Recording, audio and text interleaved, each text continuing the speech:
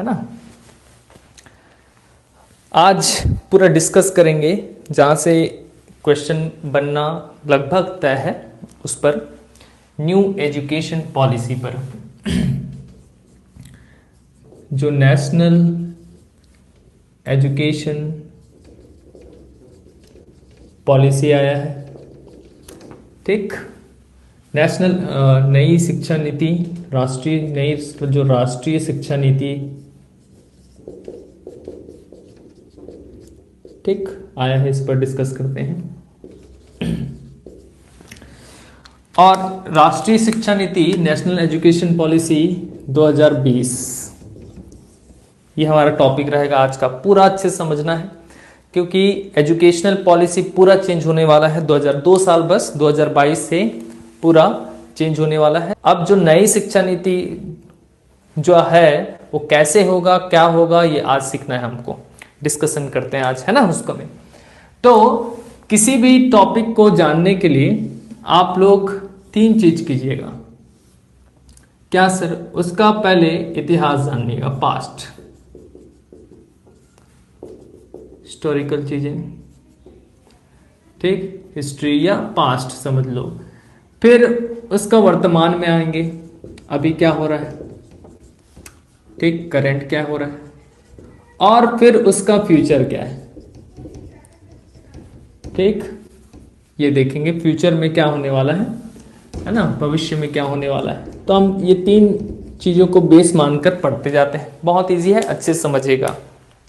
और जो जो पॉइंट बताऊं उसको अच्छे से एक बार सुन लीजिए, वो याद रह जाएगा। देखिएगा, नई शिक्षा नीति, तो अभी तक भारत में शिक्षा नीति, पहली शिक्षा नीति, फर्स्ट एजुकेशनल पॉलिसी 1968 में आया था। पहले तो इसको याद कर लो, 1968 में, 68 को पलट दीजिए तो सेकंड जो एजुकेशनल पॉलिसी है 68 को स्वैप कर दो, 1986 में आया। 68 को पलट दो अगर याद करना है अच्छे से। तो अभी तक सेकंड एजुकेशनल पॉलिसी ही चल रहा था। 1986 में 1992 में एक संशोधन किया गया था, लेकिन इसको शिक्षा नीति नहीं बोलेंगे, क्योंकि सेकंड एजुकेशनल पॉलिसी में ही इसको चेंज किया गया था एक, ठीक। और अभी जो आया वो 3rd नंबर का एजुकेशनल पॉलिसी है, 3rd एजुकेशनल पॉलिसी। तो पहले तो याद रखना है 2020 में जो आया वो तीसरी शिक्षा नीति है, और इसके पहले कौन सा शिक्षा नीति चल रहा था, तो 1986 वाला। तो पहला चीज तो ये याद रख लेना हम लोगों को कि कौन कौन सी शिक्षा नीति अभी तक आई थी। तो सबसे पहली शिक्षा नीति हमारे यहाँ भारत में कब आई थी, तो 1968 में। दूसरी शिक्षा नीति अभी चल रही थी 2020 के पहले तक, 1986। तो अब यहाँ पे ये क्वेश्चन बनता है कि कितने वर्ष पहले, ठीक, तीसरी 3rd एजुकेशनल पॉलिसी के कितने वर्ष पहले सेकंड एजुकेशनल पॉलिसी बना था, मतलब ये इसके पहले एजुकेशनल पॉलिसी कब आया था, शिक्षा नीति कब आया था, तो कितने वर्ष पहले आंसर होगा बताइए, तो 34, तो 34 वर्ष पहले। ऐसा भी पूछता है ना, कितने, 34 ईयर। अभी इतिहास देख रहे हैं, 1968 में पीएम कौन रहे होंगे बताइए, इस समय पीएम कौन रहे होंगे 1968 में, इंदिरा गांधी, ठीक। तो इंदिरा गांधी ने पहला शिक्षा नीति लाया था, ये बोलोगे। 1986 में कौन थे, राजीव गांधी। तो सेकंड एजुकेशनल पॉलिसी किसके कार्यकाल में आया, तो राजीव गांधी। और अभी 2020 में क्या हुआ उस पर तो डिस्कस करना ही है ना। एक संशोधन जो किया था, माइनर संशोधन था 1992, ठीक, पीवी नरसिम्हन राव ने किया था इस समय, क्योंकि हमारे पीएम थे कौन, पीवी नरसिम्हन राव। तो पहला चीज इतिहास में तो इतना याद रख लेना है आप लोगों को, ऐतिहासिक चीज। दूसरा चीज यहाँ पे ये याद रख लेना है हम लोगों को, ये तो पहले ईयर वगैरह याद रख लेना है। दूसरा चीज एमएचआरडी जो था department, ministry of human resource development, ministry of human resource development, इसको कर दिए, इसका नाम परिवर्तन करके, इसका नेम चेंज करके, नाम परिवर्तन करके अब इस पॉलिसी के अंतर्गत कर दिए, इसी पॉलिसी के कारण कर दिए मिनिस्ट्री ऑफ एजुकेशन, ठीक, शिक्षा मंत्रालय। पहले इसका नाम क्या था, ठीक, मानव संसाधन विकास मंत्रालय, मानव संसाधन विकास मंत्रालय। तो दूसरा चीज हमको ये याद रखना था कि इसका पहले नाम क्या था, नाम परिवर्तन हो, एमएचआरडी का नाम अब मानव संसाधन विकास मंत्रालय का नाम क्या हो गया, शिक्षा मंत्रालय। ये अच्छे से याद रख लेना। अब देखिए, और शिक्षा मंत्रालय के जो पहले शिक्षा मंत्री होंगे, फर्स्ट शिक्षा मंत्री होंगे, उनका नाम याद रखना है आपको। तो फर्स्ट शिक्षा मंत्री जो होंगे रमेश पी निशंक करके होंगे, रमेश पी निशंक। कौन होंगे भाई, रमेश पी निशंक। इतना याद हुआ, पहले बताइए। हिस्टोरिकल पार्ट में इतना ही याद रखना था हमको। थोड़ा सा हिस्ट्री में क्या हुआ है, पहली शिक्षा नीति कब आई थी, 1868 में। उसके बाद सेकंड शिक्षा नीति 1986 में, और जो ये शिक्षा नीति आई है वो थर्ड नंबर का लेना, हालांकि 4 याद रखना, एक में संशोधन हुआ। फर्स्ट शिक्षा मंत्री कौन होने वाले हैं, एमएचआरडी के ही अभी ठीक अध्यक्ष है हमारे रमेश पी निशंक। तो वो शिक्षा विभाग होने वाला है, तो शिक्षा मंत्रालय होने वाला है, तो रमेश पी निशंक के पहले शिक्षा मंत्री होने वाले हैं हमारे, शिक्षा मंत्रालय के मंत्री, है ना। तो ये तो ठीक है। अब थोड़ा वर्तमान में आते हैं। देखिए अच्छे से समझिएगा, 2014 में बीजेपी गवर्नमेंट आया था, ठीक, जो सत्ता पक्ष वाले आए, रूलिंग पार्टी आया बीजेपी। तो बीजेपी ने अपने मैनिफेस्टो में ये कह दिया था, तो बीजेपी का बहुत सारा वादा था, क्योंकि 2014 के पहले विपक्ष थे हमारे यहाँ सत्ता पक्ष में। तो बीजेपी ने बहुत सारे चुनावी वादे किए थे। पहला चुनावी वादा कि कश्मीर मुद्दा हटा देंगे, कश्मीर मुद्दा को सॉल्व करेंगे। दूसरा एक मुद्दा, एक चुनावी वादा किया था, ठीक, कि उसके बाद राम मंदिर का केस का विवाद निपटाएंगे। तीसरा नई शिक्षा नीति लाएंगे। चौथा आपका आर्टिकल 44 है ना, यूनिफॉर्म सिविल कोड लाएंगे। तो 2 में तो वो सफल हो गए, बड़े बड़े में, अब छोटे छोटे तो बहुत सारी नीति बताया, तो बहुत सारे मैनिफेस्टो में था। 2 बड़े चीज तो कर दिए, एक तो जम्मू कश्मीर वाला मुद्दा, और दूसरा अभी कौन सा कर दिए हैं, दूसरा आपका सॉल्व कर दिए राम मंदिर वाला केस। अब शिक्षा नीति वाला भी करने वाले हैं। देखिए, तो ये बहुत बड़े बड़े, क्योंकि शिक्षा में पूरा परिवर्तन कर देना, शिक्षा प्रणाली में पूरा परिवर्तन कर देना, वो बहुत बड़ी चीज होती है। तो अब इसमें क्या होने वाला है, देखिए, जब ये गवर्नमेंट आई 2014 में, तो तुरंत उन्होंने 2015 में एक कमेटी बना दिया शिक्षा के लिए, और इस कमेटी के लिए के अध्यक्ष बने कौन भाई, TSR सुब्रमण्यम।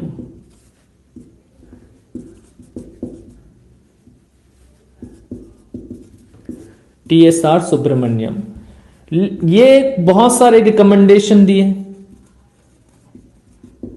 लेकिन इनका रिकमेंडेशन पसंद नहीं आया, इनका सुझाव जो था, ठीक, मिनिस्ट्री को पसंद नहीं आया। इसीलिए फिर 2016 में फिर से एक कमेटी बनाई।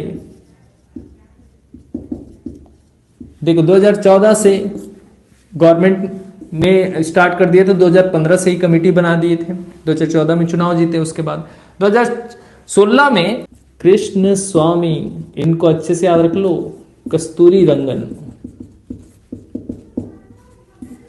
अब कृष्ण स्वामी कस्तूरी रंगन ने ही अभी जो नई शिक्षा नीति, यही ड्राफ्टिंग कमेटी के अध्यक्ष थे, ड्राफ्टिंग कमेटी के यही अध्यक्ष थे, प्रारूप समिति के। प्रारूप समिति के जो अध्यक्ष होते हैं वही सबसे हेड है, समझ लीजिए। जैसे कॉन्स्टिट्यूशन में प्रारूप समिति के हेड भीमराव अंबेडकर, ठीक, तो यहाँ पे ड्राफ्टिंग कमेटी के हेड कृष्ण स्वामी कस्तूरी रंगन, याद कीजिए, के कस्तूरी रंगन करके या के करके याद रखेगा। 29 जुलाई 2020 को कैबिनेट मिनिस्ट्री ने इसको पास कर दिया। कृष्ण स्वामी कस्तूरी रंगन ने जो बिल पेश किया था, उस बिल का नाम था नेशनल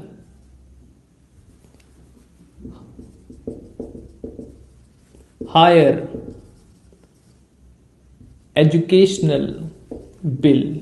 तो ये बिल का नाम अच्छे से याद कर लीजिए, national higher educational bill, NHEB। NHEB facts याद हुए, फिर समझते हैं क्या होने वाला है। नेशनल हायर एजुकेशनल बिल, तो याद रखना यहाँ पर बहुत सारे क्वेश्चन यहीं से बनेंगे और आगे आने वाले जितने एग्जाम हैं सब में बनेंगे। तो शिक्षा नीति का जो बिल आया वो किस नाम से आया, तो national higher educational bill. National higher educational bill, राष्ट्रीय उच्च शिक्षण विधेयक। जो विधेयक आया तो राष्ट्रीय उच्च शिक्षण विधेयक के नाम से आया। ठीक, हालांकि ये स्कूलों के लिए आया, लेकिन उच्च शिक्षण विधेयक के नाम से आया पहला चीज। इसको कैबिनेट मिनिस्ट्री ने कब स्वीकारा, तो 29 जुलाई 2020 में। ठीक, रिपोर्ट कब सौंपा ये तो ठीक है। कमेटी के हेड कौन थे, तो के कृष्ण स्वामी कस्तूरी रंगन। अब यहां हम 10+2 का लेकर चलते थे, स्कूली शिक्षा हमारा 10+2, इसको कर दिए अब क्या 5+3+3+4। ठीक, पहले 10+2 मतलब ये 12 साल का होता था। कितने साल का, 12 साल। अब स्कूली शिक्षा, ये स्कूल का है ना, अभी उच्च शिक्षा नहीं है, अभी ये स्कूल का है। ठीक, 10+2 12 साल। अब स्कूल शिक्षा 5, 3 8, 3 11 और 4 15 साल का कर दिए। ठीक, 15 ईयर का कर दिए। अब ये कैसे होगा यही समझना है हमको, 5+3+3+4। ठीक, पहले हम लोग क्या करते थे, पहले जब बच्चा 5 साल का होता था, कितने साल का, 5 साल, तो 5वां साल या 6वां साल से स्कूल शिक्षा प्राप्त करता था। ठीक, और +12 मतलब 18 साल के होते तक, है ना, 6वें साल से स्टार्ट करेगा, 5 साल के बाद स्टार्ट करते थे स्कूल शिक्षा 6वें साल से। तो 18 साल के होते तक 10+2 पास कर होगा, अगर वो फेल वेल नहीं हुआ तो। ये था हमारे यहाँ। और हम लोग तो ये एक्सपीरियंस किए ही हैं कि जैसे बहुत पुराने लोग, जैसे कई लोग डायरेक्ट फर्स्ट क्लास से पढ़े थे, है ना। जो बच्चे का होगा वो 3 साल से के उम्र से स्टार्ट हो जाएगा, ये बोला गया। कितने साल की उम्र से, 3 साल। और 3 साल के उम्र से 18 साल के उम्र तक ये, ठीक, 5+3+3+4 डिजाइन किया गया। पहले 6 से 18 था, 5 साल के बाद हम 6 साल से स्टार्ट करते थे, तो अब 3 साल से वो स्टार्ट कर देगा। तो वो क्या होगा, पहले 5 साल में, फर्स्ट 5 ईयर में उसको 3 और 2 में बांट लेना। 3 और 2 में पहले 3 साल वो प्ले स्कूल में रहेगा, और फिर वो 2 साल पहली और दूसरी पढ़ेगा, फर्स्ट क्लास में जाएगा और सेकंड क्लास में जाएगा। ठीक, और इन 5 साल में, पहले 5 साल में मतलब जब बच्चा 3 से 8 साल तक होगा, ठीक, तो पहले 5 साल में उसका एग्जाम नहीं लेना भैया, कोई एग्जाम नहीं होगा। यहां पे हमारे यहां क्या था, एग्जाम का प्रेशर ही ज्यादा था। पहली क्लास, फर्स्ट क्लास पढ़े तो वो बेचारा ठीक से बोल नहीं पा रहा है, ठीक से समझ नहीं पा रहा है, अभी उसको एग्जाम दो बोलते थे, डायरेक्ट एग्जाम दो बोलते थे। ठीक, तो यहां पे पहले बोले कि अब पहले 5 साल एग्जाम होगा ही नहीं, तो क्या होगा सर पहले 5 साल, तो सिर्फ पहले 5 साल एक्टिविटीज होंगे। एक्टिविटीज मतलब क्या होंगे, एक्टिविटीज मतलब सिर्फ खेलेगा कूदेगा और कुछ नहीं। ठीक, स्कूल सिर्फ जाएगा, आंगनबाड़ी सिर्फ जाएगा तो खेलने कूदने जाएगा, सीखने खेल में जितना सिखा लो उतना ठीक है, और जितना सीखा है उसका परीक्षण भी नहीं आपको नहीं करना, एग्जाम भी नहीं लेना आपको। तो पहले 5 साल क्या होगा ये समझ में आया, ये समझ में आया आप लोग को। फर्स्ट 5 ईयर में क्या होगा, एक्टिविटीज बस होंगे, खेल कूद में सिखा लो, उसको स्कूल जाने का आदत दिलवाओ, क्योंकि उसको खेल, देखो बच्चे क्या चाहते हैं, खेलना कूदना चाहते हैं, उनको खेल कूद जहां मिलता है वहीं पहुंचते हैं। देखना, वो आपके पास नहीं मिलेगा तो पड़ोसी के पास जाते हैं, है ना। आप भी अपना बचपन सोचो कि आप अपने बचपन में क्या कर सकते, जहां खेल कूद मिलता है तो अब यहां वहां पे खेल कूद में ही बिताएगा वो पहले 5 साल। ये तो ठीक है, बहुत अच्छा। अब वो कितने साल का हो गया, 3 से 8 साल, ठीक, पहला 5 साल, 8 साल का हो गया। अब नेक्स्ट 3 ईयर, अब पहली पढ़ लिया और दूसरी पढ़ लिया, पहली क्लास और दूसरी क्लास में उसका एग्जाम नहीं लेना है आपको, कोई एग्जाम नहीं होगा। अब नेक्स्ट 3 ईयर जो होगा, नेक्स्ट 3 ईयर जो होगा वो, ठीक, थर्ड क्लास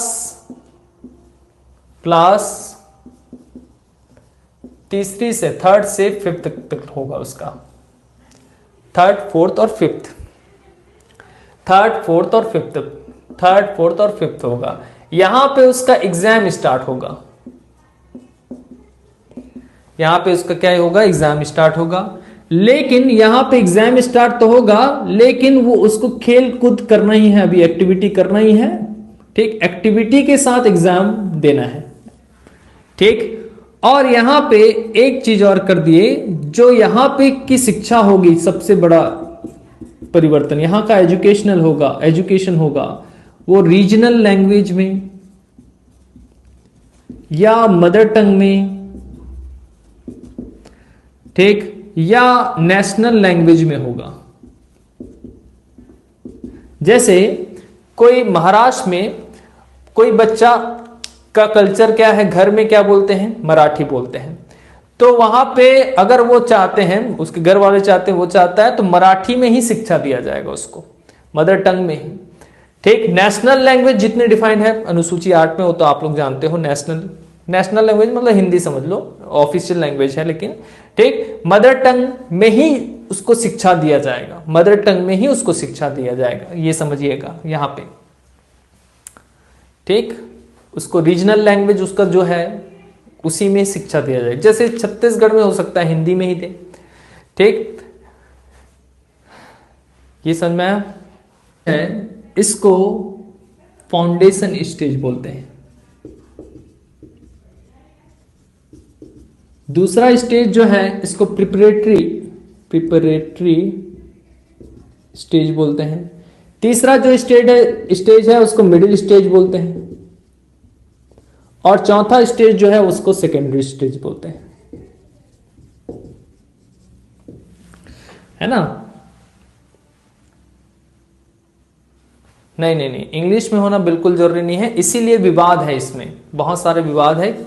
हालांकि कई स्कूल क्या करेंगे, ठीक, इनके पेरेंट्स चाहते हैं करके इंग्लिश में ही शिक्षा दे देंगे, लेकिन इंग्लिश से ही सिखाओ इसको, ये भी बोल सकते हैं, तो वो स्कूल उसको इंग्लिश सिखा सकता है। यहां तक समझ में आया। इसका एग्जाम स्टार्ट हो जाएगा, एक्टिविटी भी स्टार्ट हो जाएंगे, शिक्षा रीजनल मदर टंग में और नेशनल लैंग्वेज में देना है। इंग्लिश में हो ये मैंडेटरी नहीं है, क्योंकि वो अभी अभी एग्जाम देना स्टार्ट किया है, तो उसके मदर टंग में कुछ चीज सिखाओगे तो वो जल्दी सीखेगा, है ना। यहां तक समझ में आया आप लोग को, यहां तक आया। यहां 4 स्टेजेस का नाम याद रखना, फाउंडेशन, क्योंकि फाउंडेशन रख रहे हैं यहां पे, प्रिपरेटरी, ठीक, मिडिल स्टेज और सेकेंडरी स्टेज, ठीक। अब देखिए, अब मिडिल स्टेज जो है ना, उसमें क्लास, ठीक, कहां तक जाएगा वो, 6 to लेकर 8 तक जाएगा। क्लास कहां से जाएगा, 6 to 8 तक पढ़ेगा मिडिल स्टेज में। अब यहां पे क्या हो गया, बहुत जो बड़ा परिवर्तन किया है, जो क्वेश्चन बनेगा ही, यहां से वो एक कोर्स वोकेशनल ट्रेनिंग का करेगा, वोकेशनल ट्रेनिंग, यहां से कंप्यूटर एजुकेशन करेगा, यहां से वो साइंस पढ़ेगा, यहां से वो आर्ट पढ़ेगा, ठीक, क्या पढ़ेगा, साइंस, आर्ट, ठीक, मैथ्स पढ़ेगा, क्या पढ़ेगा, मैथ्स पढ़ेगा। जैसे साइंस, आर्ट, मैथ्स, हम लोग सोशल साइंस ये सब पढ़ते थे, आर्ट, मैथ्स ये सब पढ़ते थे, है ना। प्लस कोई एक इंडियन लैंग्वेज वो सीख सकता है अपने हिसाब से। ये सब क्या है सर, तो देखो यहां पे सबसे बड़ा परिवर्तन, सबसे अच्छा परिवर्तन क्या किए, वोकेशनल ट्रेनिंग। मतलब वो जो उसका मन कर रहा है वो उसकी शिक्षा में ला सकता है। तो किसी को जैसे सिर्फ खाना बनाने का मन कर रहा है तो खाना बनाना उसके वोकेशनल ट्रेनिंग में सिखाया जाएगा उसको। किसी का कुछ बनाने में, इलेक्ट्रिसिटी में मन कर रहा है तो इलेक्ट्रिसिटी में उसको सिखाया जाएगा कि कैसे क्या होता है, प्रैक्टिकल, है ना। तो ये सब वोकेशनल ट्रेनिंग यहीं से स्टार्ट हो जाएगा। उसको जो मन कर रहा है, जो उसका रुचि है वो उस वहां से स्टार्ट कर देंगे उसको। जो जैसे भी आपको, जैसे क्लास 6 में जाओगे तो कुछ ना कुछ रुचि आपका, कुछ ना कुछ रुझान दिख जाएगा कहीं ना कहीं। हालांकि अब कंप्यूटर एजुकेशन भी यहाँ से स्टार्ट हो जाएगा। वो चाहे तो कंप्यूटर एजुकेशन यहाँ से कोडिंग वगैरह तो ज़्यादा तो नहीं सीख पाएगा, लेकिन थोड़ा बहुत कंप्यूटर एजुकेशन स्टार्ट कर देगा, ठीक। अब साइंस, आर्ट, मैथ्स ये तो हम लोग भी पढ़े थे, प्लस कोई एक इंडियन लैंग्वेज भी वो सीख सकता है यहाँ से। मतलब 6वीं क्लास से लेकर 8वीं क्लास तक कोई एक इंडियन लैंग्वेज सीखेगा वो। चाहे उसको सिंधी सीखना है तो सिंधी सीखे, वही अनुसूची 8 में जो वर्णित है उसमें से कोई एक। जैसे आप छत्तीसगढ़ के हो,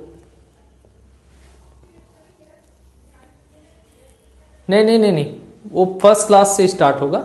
ऐसा नहीं होगा कि 10+2 में हो, वहां से स्टार्ट नहीं होगा, ठीक। तो कोई एक इंडियन, जैसे किसी को लगता है कि मेरे को गुजराती आना चाहिए तो वहां पे क्या करेगा, एक लैंग्वेज चुनेगा गुजराती, तो गुजराती लैंग्वेज उसको सिखाया जाएगा पूरा 6 to 8 तक। कभी कभी आप सोचते हो कि नहीं मेरे को संस्कृत आना चाहिए, तो संस्कृत आना चाहिए ऐसा बोलोगे तो संस्कृत यहाँ पे चुन लेना, ठीक। संस्कृत चुन लोगे तो संस्कृत में पढ़ाया जाएगा फिर आपको, ठीक। ये समझ में है। कोई आप बोलोगे कि अब मेरे को नहीं तमिल सीखना है तो तमिल सीख जाना, कोई दिक्कत नहीं है। कोई एक इंडियन लैंग्वेज है ना।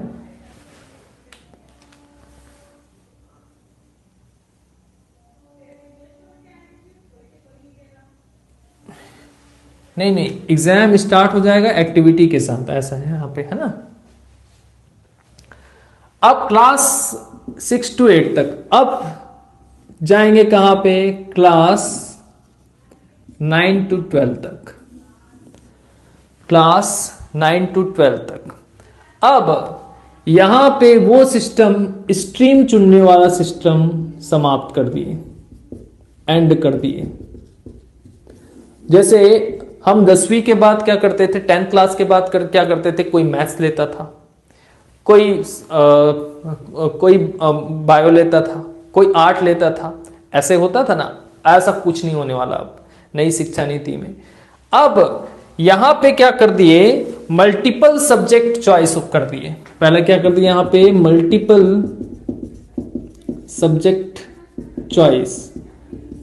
इसका मतलब क्या होगा, मतलब कोई स्टूडेंट, किसी स्टूडेंट को मैथ्स अच्छा लगता है, बायो का फिजिक्स केमिस्ट्री, बायो में से केमिस्ट्री अच्छा लगता है तो एक मैथ्स चुनेगा, एक बायो चुनेगा। किसी को आर्ट पसंद है, ठीक, किसी को सोशल साइंस पसंद है तो वो क्या करेगा, कोई एक स्टूडेंट चाहे तो मैथ्स चुन ले, चाहे तो एक आर्ट का सब्जेक्ट चुन ले, चाहे तो एक सोशल साइंस चुन ले, चाहे तो बायो का एक चुन ले। सबको एक साथ अपना, उसकी मर्जी, उसका रुचि के हिसाब से वो अपना सब्जेक्ट का लिस्ट तैयार करेगा और उसमें एग्जाम देगा। लेकिन यहां पे जो एग्जाम होने वाला है वो एवरी 6 मंथ में होने वाला है। मतलब एवरी 6 मंथ मतलब अब एक साल में नहीं, यहां पे अब सेमेस्टर एग्जाम टाइप होगा। कैसा एग्जाम होगा, सेमेस्टर एग्जाम। कैसा एग्जाम होगा, सेमेस्टर। क्रिटिकल थिंकिंग डेवलप किया जाएगा। ये क्या होता है सर, यहां पे अब पढ़ाई फैक्ट वाइज नहीं होगा, जैसे रटो रटो रटो रटो वाला पढ़ाई होता था। और कैसे एग्जीक्यूट होगा, उसका थिंकिंग को डेवलप करो, ठीक। तो उसके थिंकिंग डेवलपमेंट में अब काम होगा 9 से 12 में, है ना। उसको रटाओ मत, सिर्फ थिंकिंग डेवलप। मौलिक अधिकार से क्या होता है, मूल अधिकार से क्या होता है, क्या होगा, राज्य के नीति नहीं दे सकता तो डीपीएसपी से सरकार का हमारे ऊपर क्या कर्तव्य है। ठीक, ये सब सिखाया जाएगा। सिर्फ रटना वाला काम नहीं, क्रिटिकल थिंकिंग डेवलप किया जाएगा। और एक यहाँ पे इंडियन लैंग्वेज सीखे आप, यहाँ पे एक कोई फॉरेन लैंग्वेज भी सीखेंगे आप, कोई भी। आपको स्पेनिश सीखना है तो स्पेनिश, रशियन सीखना है तो रशियन सीखिए। ठीक, तो आप अपना एक फॉरेन लैंग्वेज चुनेंगे, उसके हिसाब से सीखेंगे फॉरेन लैंग्वेज को भी, है ना। तो ये 9 से 12 तक ये कौन से स्टेज में होगा? सेकेंडरी स्टेज में। चारों स्टेज समझ में आया क्या होने वाला है पढ़ाई, कैसे होने वाला है पढ़ाई, समझ में आया? पहला फाउंडेशन स्टेज, फिर प्रिपरेटरी स्टेज, फिर मिडिल स्टेज, फिर सेकेंडरी स्टेज। लेकिन इस फॉरेन लैंग्वेज में एक लैंग्वेज को हटा दिए हैं कि वो आपके लिस्ट में नहीं रहेगा, वो है चाइनीज लैंग्वेज, मंदारिन को। ठीक, मंदारिन को हटा दिए हैं क्योंकि चाइना से अभी डिस्प्यूट चल रहा है हमारा, तो बोले चाइना लैंग्वेज ही नहीं सीखेंगे, जाओ। ठीक, मतलब ये गुस्सा का एक तरीका है, गवर्नमेंट का एक गुस्सा का तरीका होता है कि शिक्षा नीति से ही हटा दो मंदारिन से। ठीक, तो कौन से लैंग्वेज को, कौन से फॉरेन लैंग्वेज को नहीं जोड़ा गया है? तो मंदारिन को याद रखिएगा, चाइनीज लैंग्वेज मंदारिन को अभी नहीं जोड़ा गया है फिलहाल, तो अभी, है ना। सीखना ही मत, चाइनीज लैंग्वेज सीखना ही मत ऐसा बोले, जापानीज सीखना, बाकी सीखना है सीखना, कोई दिक्कत नहीं। तो ये चारों मेरे ख्याल से आप लोग को समझ में आ गया होगा। अब देखो यहाँ पे क्या हुआ, फाउंडेशन स्टेज में एग्जाम ही नहीं लेना है उसका 8 साल तक। ठीक, कोई दिक्कत नहीं करना है। क्लास 3rd से 5th तक एग्जाम लेना है, लेकिन खेलकूद के साथ लेना है, कोई दिक्कत नहीं है। उसको रीजनल लैंग्वेज का यहाँ पे ग्रांट दिए, यहाँ पे उसको इंडियन लैंग्वेज एक चुनने दिए, और यहाँ पे इसको एक फॉरेन लैंग्वेज भी चुनने दी उसके रुचि के अनुसार, वो है ना।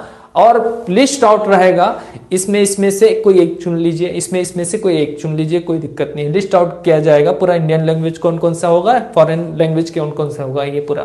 ठीक, यहाँ पे सबसे अच्छा क्या क्या काम किया गया है, क्रिटिकल थिंकिंग डेवलपमेंट में काम किया जाएगा। मतलब उसको सिर्फ रटना नहीं है, उसको समझना है चीजों को, ऐसा हुआ तो क्यों हुआ, उससे हम क्या सीख लेंगे। ठीक, इतना समझ में आया आप लोगों को? ये तो स्कूल शिक्षा में है। हायर एजुकेशन में, उच्च शिक्षा में भी परिवर्तन कर दिया गया। हायर एजुकेशन में भी परिवर्तन कर दिया गया। हायर एजुकेशन अब सबका अलग अलग नहीं, सबका एक होगा। उसके first year, second year, third year और फोर्थ ईयर के हिसाब से होगा, और एक ही टाइप का हायर एजुकेशन होगा।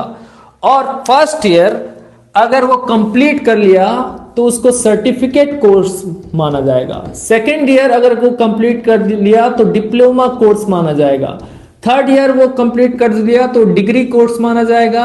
और फोर्थ ईयर कंप्लीट कर लिया तो रिसर्च कोर्स माना जाएगा। उसको research with degree with research, sorry degree with research माना जाएगा उसको। मतलब अभी क्या होता था, दिक्कत हमारे यहां अभी होता था जैसे रिसर्च, ठीक, अभी कैसा होता था, कोई बेचारा एक बच्चा गांव से आया और डायरेक्ट कॉलेज में गया, यूनिवर्सिटीज में गया, तो मान लो पहला साल जैसे तैसे पढ़ भी लिया हो, ठीक, दूसरा साल भी जैसे तैसे निकाल लिया हो, और उसके बाद बोला मैं नहीं कर पाऊंगा भाई, इसके बाद मेरे से नहीं हो पा रहा है, तो उसका सारा 2 साल वेस्ट चले जाता था। अब हायर एजुकेशन में जो होगा ऐसा नहीं होगा। अगर वो 2 साल तक किया है, ठीक, तो उसको डिप्लोमा डिग्री दे दिया जाएगा। चलो भाई 2 साल तक आप किए डिप्लोमा, अगर आप 1 साल भी किए हैं तो सर्टिफिकेट डिग्री दे दिया जाएगा आपको। अगर आप 3 साल दे दिए हैं तो आपको डिग्री मिल जाएगा, और डिग्री के बाद आप एग्जाम्स दे सकते हैं 3 साल बाद। लेकिन मान लो इसके बाद छोड़ भी सकते हैं, मतलब हर साल के बाद छोड़ भी सकते हैं, लेकिन आप पहला साल कंप्लीट किए तो सर्टिफिकेट कोर्स कहलाएगा आपका, दूसरा साल कंप्लीट किए तो आपको डिप्लोमा कोर्स मिल जाएगा, तीसरा साल में डिग्री मिल जाएगा, और चौथा साल में डिग्री विथ रिसर्च। अब एम फिल जो एग्जाम होता था, एम फिल को अब खत्म कर दिया गया, पीएचडी को रखा गया है। किसको रखा गया है? पीएचडी को रखा गया है। ठीक, तो अब पीएचडी जो कोर्स होगा, है ना, पीएचडी जो कोर्स होगा वो 4 साल का होगा। कितने साल का होगा? 4 ईयर का होगा, याद रखिएगा। पीएचडी कोर्स 4 ईयर का होगा पीएचडी। ठीक, पीएचडी आप कर पाएंगे कितने? 4 साल बाद।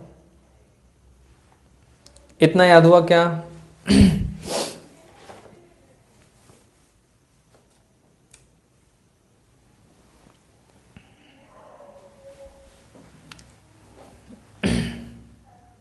है ना? तो ये तो ग्रेजुएशन का बात हुआ, यहां तक क्या हुआ? ग्रेजुएशन का बाद। तो अब पोस्ट ग्रेजुएशन में क्या हो गया सर? तो पोस्ट ग्रेजुएशन में 2 टाइप का होगा, या तो 1 साल का या तो 2 साल का। अगर आप डिग्री करके पोस्ट एजुकेशन किए, डिग्री करके छोड़ दिए और बाद में पोस्ट एजुकेशन डायरेक्ट करना चाहते हो, तो आपको 2 साल का करना पड़ेगा। लेकिन आप ये 4th year research degree with research करके पोस्ट ग्रेजुएशन करना चाहते हो, तो आपको पोस्ट ग्रेजुएशन 1 साल का ही होगा। हाँ, 4 साल कॉलेज, फिर 4 साल पीएचडी में तो वैसे ही लगता ही है ना।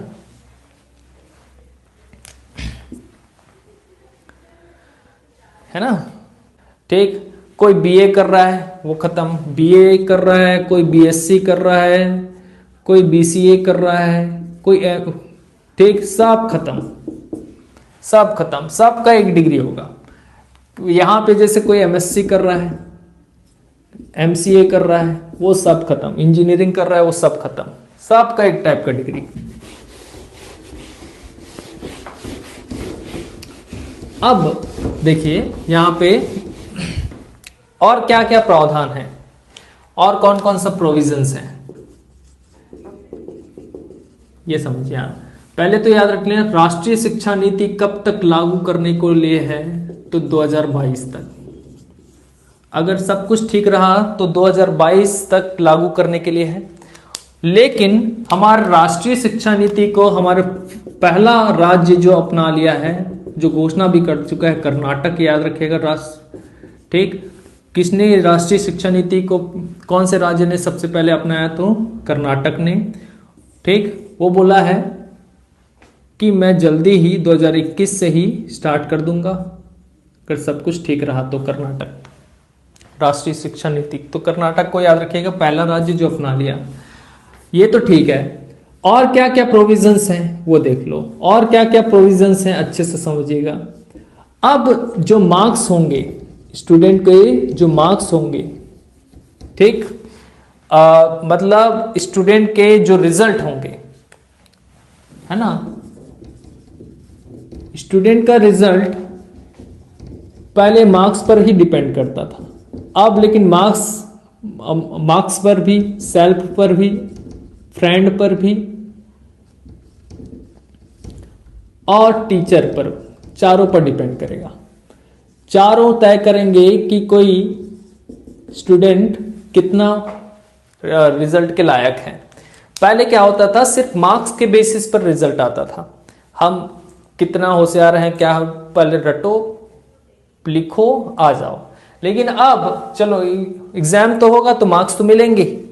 फिर सेल्फ, मतलब वो कितना सिस्टमेटिक था, कितना वो मतलब सेल्फ असेसमेंट भी करना है। आप अपने आप को कितना में पा रहे हो, कहां पे आपको दिक्कत हो रहा है, वो सब आपसे भी मार्क्स मंगवाएंगे।